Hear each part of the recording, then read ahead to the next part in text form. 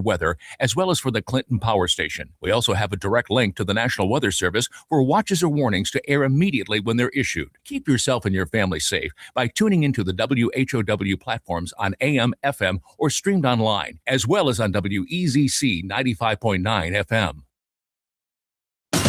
Your friend in Central Illinois. WHOW.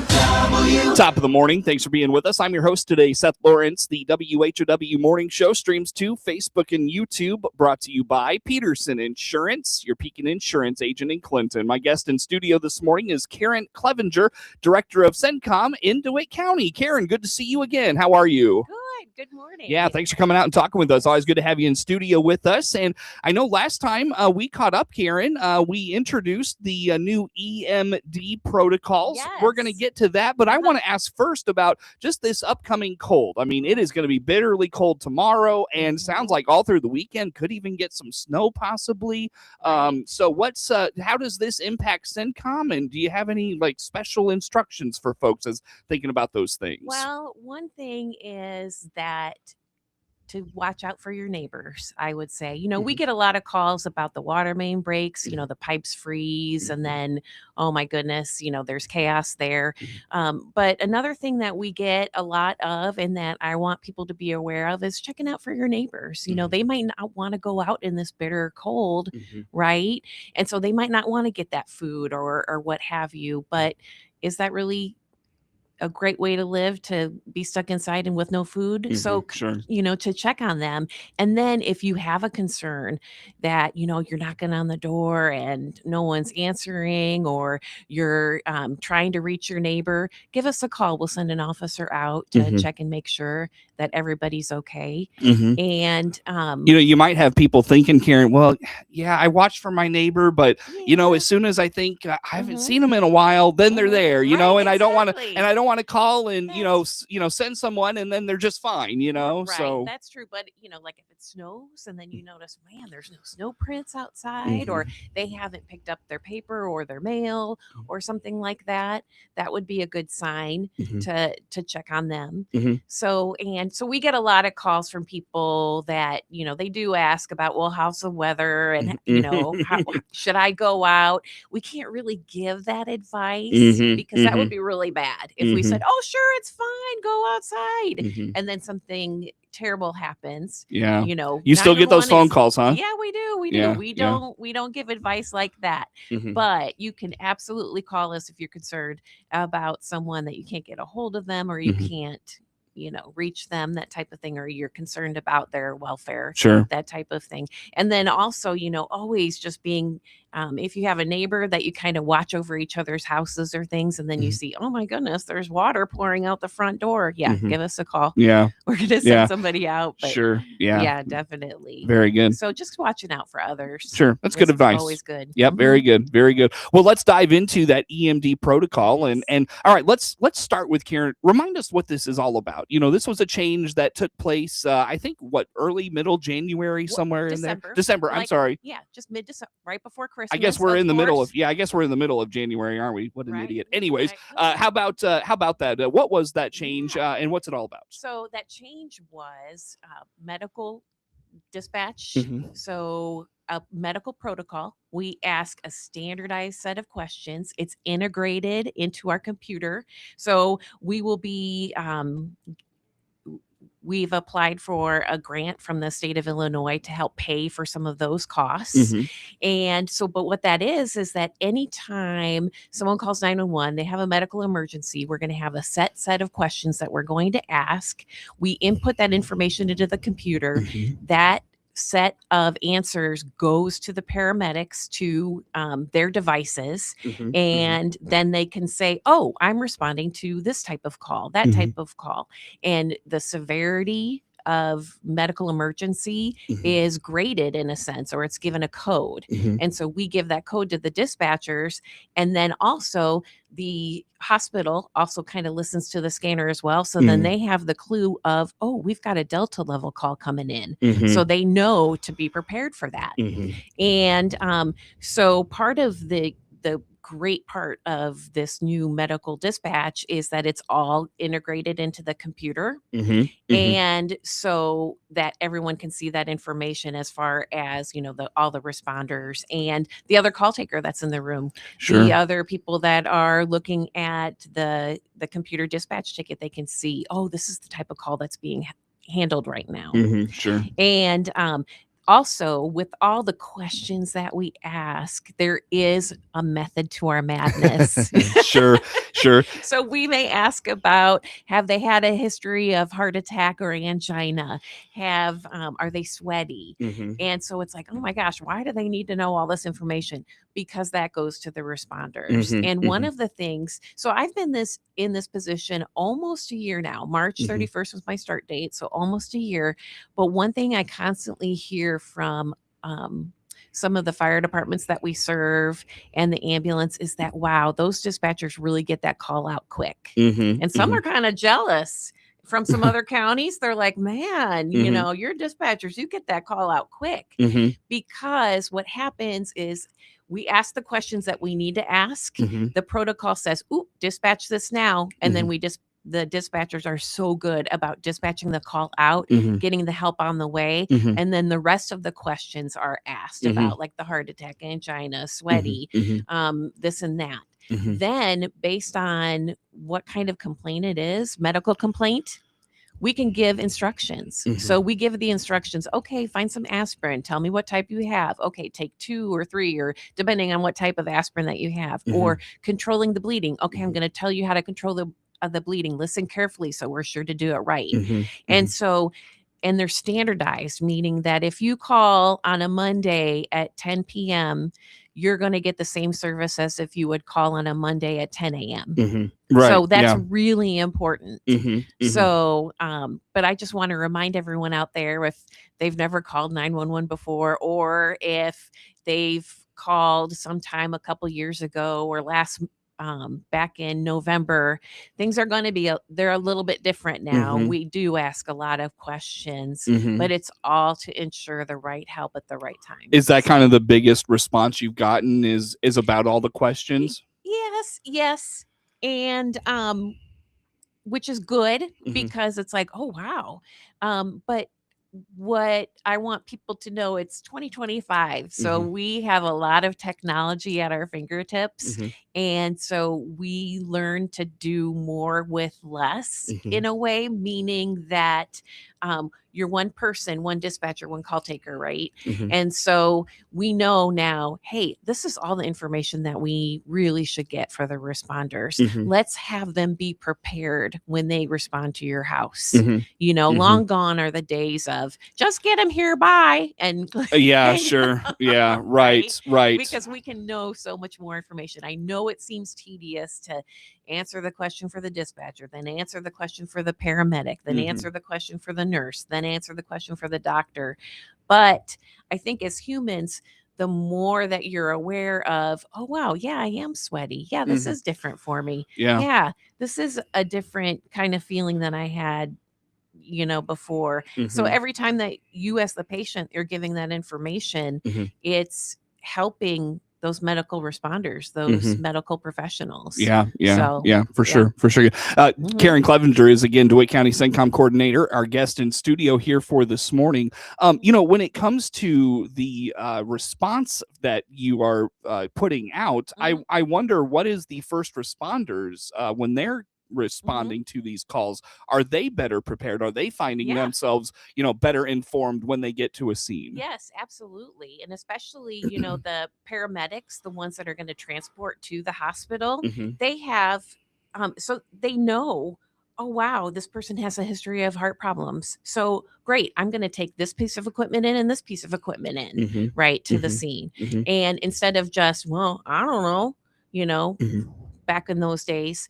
So now they are better prepared, and it's not, okay, let's hurry up, I'll get there quick. And then, oh, it's just a cut finger type of thing. It's, hey, they lacerated their finger. They need that bleeding controlled and they need a way to get to the hospital. Mhm. Then the responders are like, oh, okay, Mhm. so because they're humans too. Does that ever happen so- where you dispatch someone and it's like, well, dispatch or the first responder is probably not what you need. You need to just go to the hospital. You'll be fine on your route there. Does that happen ever? A lot of times we get the call of, I'm having this problem, but I need a way to get to the hospital. I don't have that. And it might be Oh. something like a Mhm. cut finger or there was one the other day, I forget, but it was a minor medical issue. And Mhm. it's like, oh, I just need a way to get to the hospital. I just Mhm. need a way to Mhm. get there Mhm. type of thing. Sure. And a lot of times people call for medical advice where we can't really give that. Ah. So Mm. when you call 911, it's, you are going to get an ambulance. You are going to Mhm. get a firefighter, perhaps, depending on where you live and what Sure. your medical emergency is. Mhm. So, How are your dispatchers responding to all this? oh, they're doing great. Mhm. They are doing great. We do quality assurance. So the calls are being reviewed and there's improvement every single day. Mhm. And they are really getting used to the process. Sure. Yeah. Nice. I can't wait until it's, right now it's new. So you have to learn that muscle memory, Mhm. but we're going to look back and they're going to be like, oh my gosh, this is so easy now. Mhm. And they're going to have that muscle memory of all the keystrokes that they have to do in the computer, that type of thing. Sure. So, Very good. yeah. Well, on that note, Karen, I'll tell you what, let's break and come back with some more. Again, Karen Clevenger is the director of DeWitt County CENCOM, our guest in studio. More to come with her on the morning show.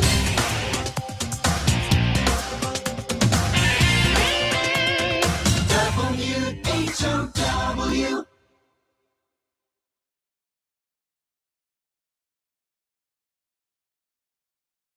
Let's check the opening numbers now at the Chicago Board of Trade on this Thursday. I'm Jim Taylor on the RFD Radio Network. Corn, beans, and Chicago wheat all starting the day in the green. March corn opening 424, up 2 1/4. May corn up 2 1/4, 432. And new crop December 450 3/4, up a penny. March beans opening 1071 3/4, up 7 1/4. May beans up 7 1/2, 1082 1/2. New crop November 1080 1/2, up 6. March wheat opening 514 1/4, up 6 1/2.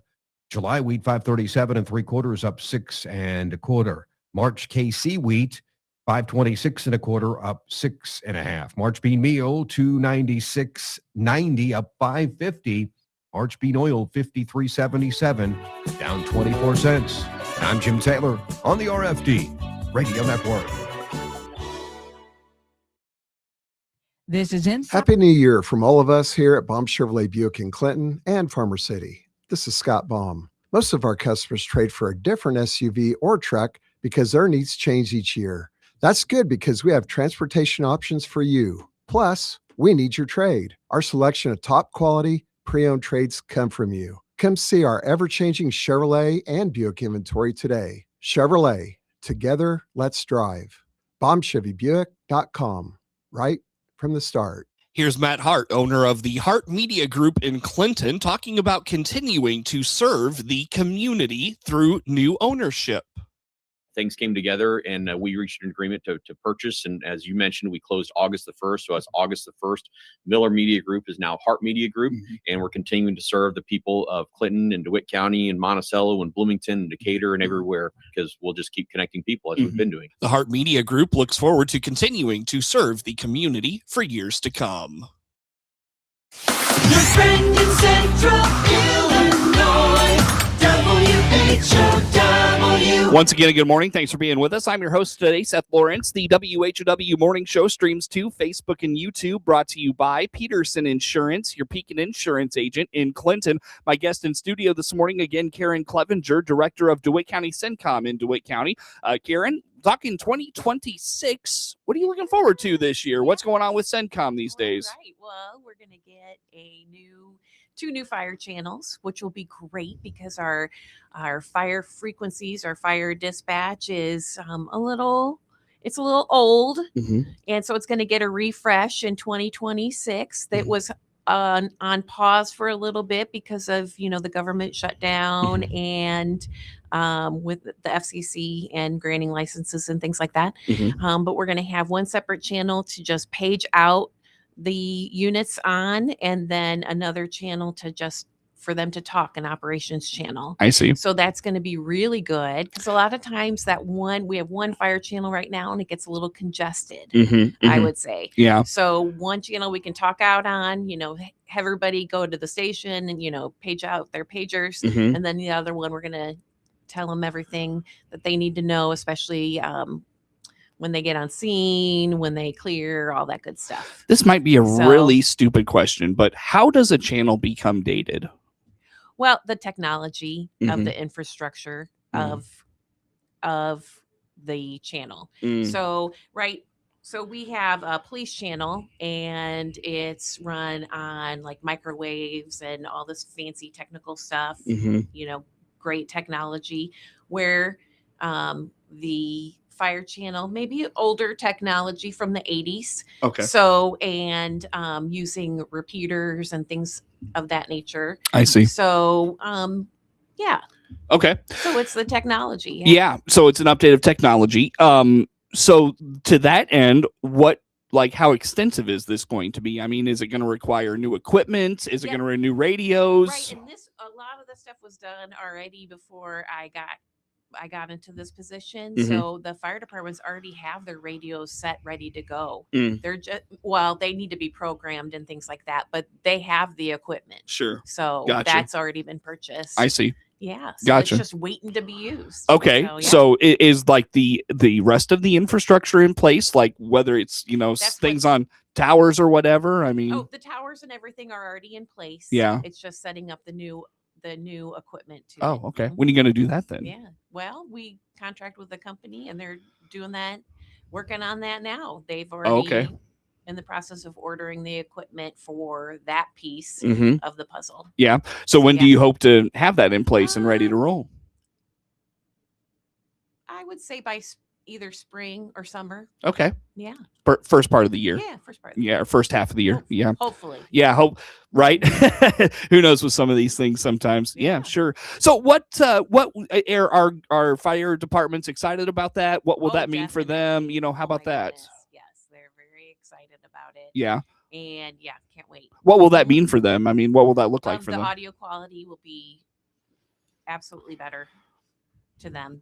And like I said, the amount of radio traffic on the channel, that will be helpful. Sure. That they won't have to just kind of wait for all the other traffic to happen for paging out. Because a lot of times what happens is we'll page out the fire department. And if it's a big fire, we have to page out more departments. But if they're already on the scene and we're only using one channel, then we're going to be talking over them. So they'll be able to talk more freely and it will be heard by a dispatcher. They could go to simplex channels and do all their talking, but then we don't have those channels at the console. So the dispatcher can't take notes or anything like that and add that to the computer ticket. Sure. I see. Yeah. Gotcha. Very good. Yeah. With that said then, Karen, so things are in place, ready to get that rolling. And guys, doesn't sound like much will change then for the departments. It's just a matter of getting on the new channel. So that's exactly it. Yeah. And that'll be exciting for them. Yeah. Very good. Karen Clevenger, again, is the director of DeWitt County CENCOM, our guest in studio for this morning. Karen, still a few minutes left yet with you. Anything else coming up in 26 you're excited about, or any projects you're taking on these days? Yeah, so, I've almost been in this position for about a year now. So, we've done the text to 911. We've done the EMD protocols. We've gotten a new recorder for our phone and radio. How is the text to 911 going? Pretty good. Yeah. It's not, there's not a lot of traffic on it. It's not huge. Okay. And that's okay, because we say call if you can, text if you can't. Because if you can imagine, if someone's texting and then we're typing a response back to them on text, but then we have to also type that information into our computer-aided dispatch. That part's not integrated. Mhm. So it does Mm. take a process. Yeah. And, with texting, do you ever, get a text from someone and you read it in your head differently than maybe they would have said it Yeah. verbally? Mhm. So Mhm. it's relaying all of that humanness in Mhm. text. That's a little bit different and difficult. Mhm. But for maybe someone that's struggling to find their words, if they have to text and to get a hold of us, that's great. Mhm. That is really good. Sure. Some other things I just thought of. There's CESA, which is, I don't know what the acronym stands for, but it's the state legislature has talked about it a lot. And what it is it's a program to integrate mental health care with police response, with fire response Mhm. type of thing, Mhm. with a social work component response, a Mhm. co-response. Mhm. Because a lot of times when people call 911, it's really not a police issue. It Mhm. might be like a mental health issue Mhm. or someone struggling in that manner, Mhm. maybe with something that a social worker could help out on, Mhm. that type of thing, not necessarily criminal in nature. Mhm. So the 911 community has been talking about CESA and mental health and co-responses for a couple of years now. Mhm. But I believe by 2027, we're supposed to have a full plan as a community in place Mhm. for that co-response model. Sure. So always working on that, always Mhm. working on mental health of dispatchers, Mhm. mental health of the first responders, Mhm. Mhm. always working on 911 is when someone uses 911, they're in an emergency, Sure. right? Yeah. So always integrating all the different aspects of social services Mhm. to that Yeah. citizen. Very nice. Very good. Well, Karen, I got to let you go. Unfortunately, Karen Clevenger with DeWitt County CENCOM, our guest. Network news on the way. The Big 1520 WHOW Clinton, along with 92.3 FM Clinton and 106.5 FM Bloomington Normal. Breaking news this hour from Town Hall. I'm Rich Thomason. An upbeat report on U.S. economic growth. The American economy grew at a 4.4% annual rate July through September. That's the fastest pace in 2 years. It's an upgrade of the initial estimate. Now that his Board of Peace